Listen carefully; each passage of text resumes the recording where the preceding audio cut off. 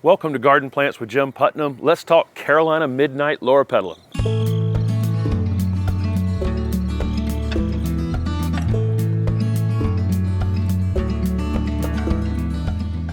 This is Carolina Midnight Loropetalum. This one was actually introduced by Ted Stevens down at Nurseries Caroliniana. We have a video on our HortTube with Jim Putnam channel with Ted. He's introduced a lot of plants into horticulture over the years.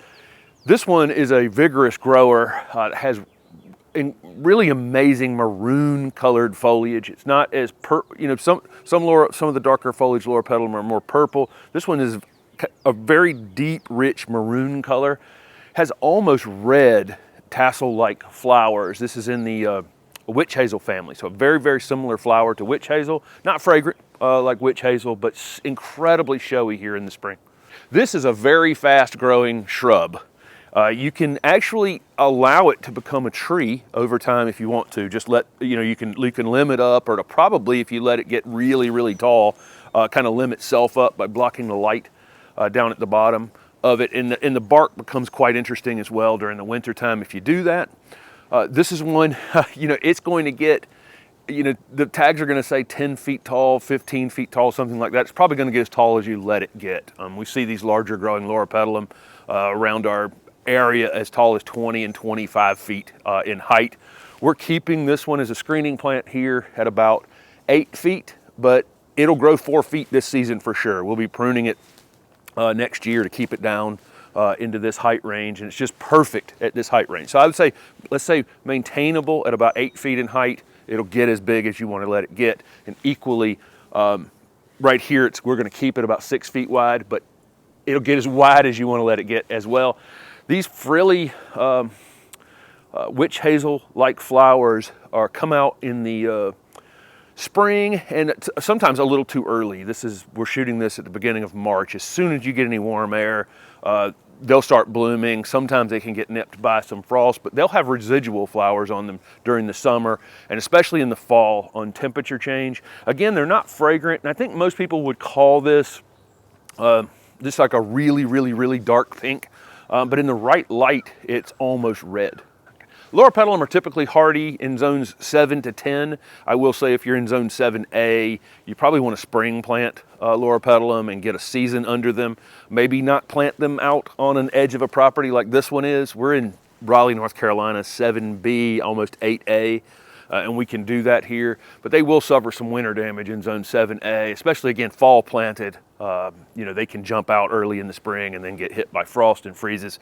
But once established, from again zone 7 to 10, they're quite hardy.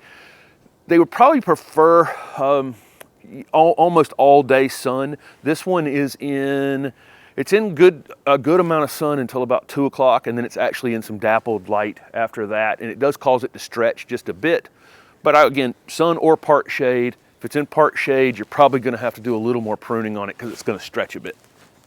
So where are we going to use a fast-growing evergreen? I haven't even said the thing is evergreen. It keeps its leaves through the winter time. So where are we going to use this? We have it in a mixed border screen. I like to recommend people use a mixing of things in their screen just in case any one thing has a problem. Not everything has a problem.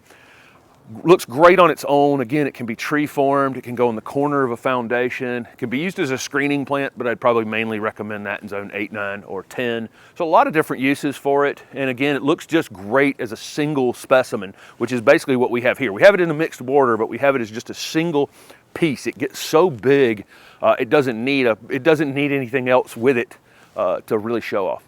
Loropetalum are pretty tough plants. Any place that is moist, well-drained soil is perfect for these. Slightly acid is preferable, but really not that picky at all. Once they're in the ground for some period of time, they're very, very drought tolerant and just not needy really in any way. We fertilize our garden once a year with an organic fertilizer, and we just did that. We're filming this in March. That's when this is flowering here. Once a year with an organic fertilizer. There's no weeds around it. It's well mulched. It's well maintained. When I say something is drought tolerant, it means that it will survive long periods of time without water here in the southeast. But you know, that doesn't mean it's going to perform optimally. So if it's dry for a while, you know, it's probably one that I would give a little bit of water to, you know, if it's been several weeks during the summer without rain.